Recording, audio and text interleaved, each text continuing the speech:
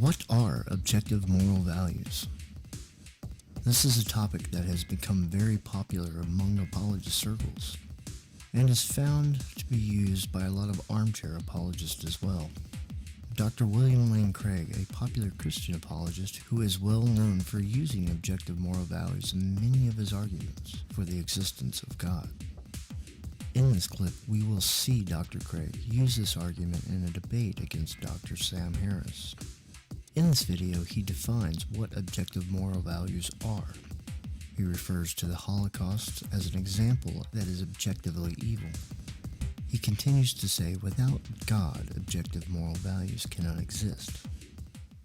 To say that moral values and duties are objective is to say that they are valid and binding independent of human opinion. For example, to say that the Holocaust was objectively evil is to say that it was evil even though the Nazis who carried it out thought that it was good. And it would still have been evil even if the Nazis had won World War II and succeeded in brainwashing or exterminating everyone who disagreed with them so that everybody thought the Holocaust was good. In tonight's debate, I'm going to defend two basic contentions. First, if God exists, then we have a sound foundation for objective moral values and duties. And second, if God does not exist, then we do not have a sound foundation for objective moral values and duties. First, theism provides a sound foundation for objective moral values. Moral values have to do with what is good or evil. On the theistic view, objective moral values are grounded in God. As St. Anselm saw, God is by definition the greatest conceivable being, and therefore the highest good. Indeed, he is not merely perfectly good, he is the locus and paradigm of moral value. God's own holy and loving nature provides the absolute standard against which all actions are measured. He is, by nature, loving, generous, faithful, kind, and so forth. Thus, if God exists, objective moral values exist, wholly independent of human beings.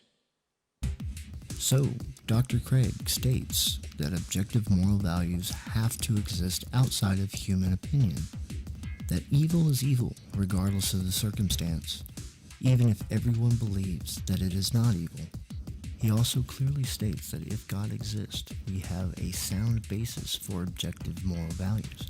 And if God does not exist, we do not have a sound basis for objective moral values. As stated by Dr. Craig, the Holocaust is objectively evil regardless of opinion or circumstance. I would have to agree that the Holocaust is one of the best examples of evil in modern times. How evil were some of the events of the Holocaust? Let's take the atrocities that occurred in a small town in Poland. This town had a population of about 8,000 people, with a fairly high percentage of Jews. A small force of about 300 Nazi soldiers were in the area. They had received word from one of the townspeople that it was a safe haven for Jews. So the Nazi forces had made their way just outside of town when they were ambushed, leaving just about half the Nazi soldiers killed or wounded. The remaining forces retreated and called for reinforcements. The informant snuck back out of town and informed the Nazis that the town had been stockpiling weapons and explosives. The town had also developed a plot to ambush any Nazi forces that tried to enter the town.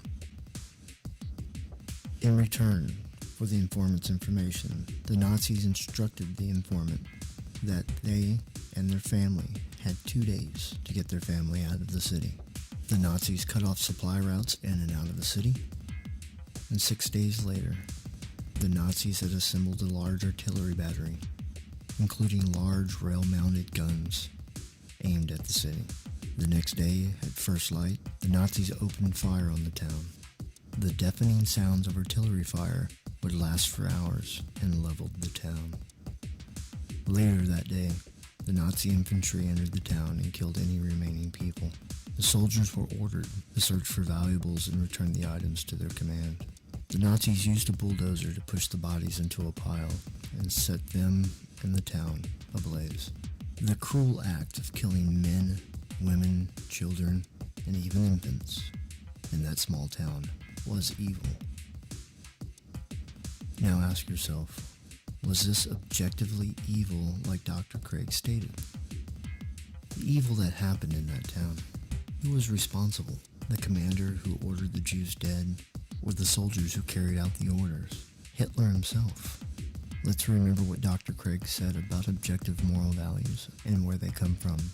If Dr. Craig is right, and objective moral values can only come from God, ask yourself again, was the cruelty that was performed in that small town objectively evil?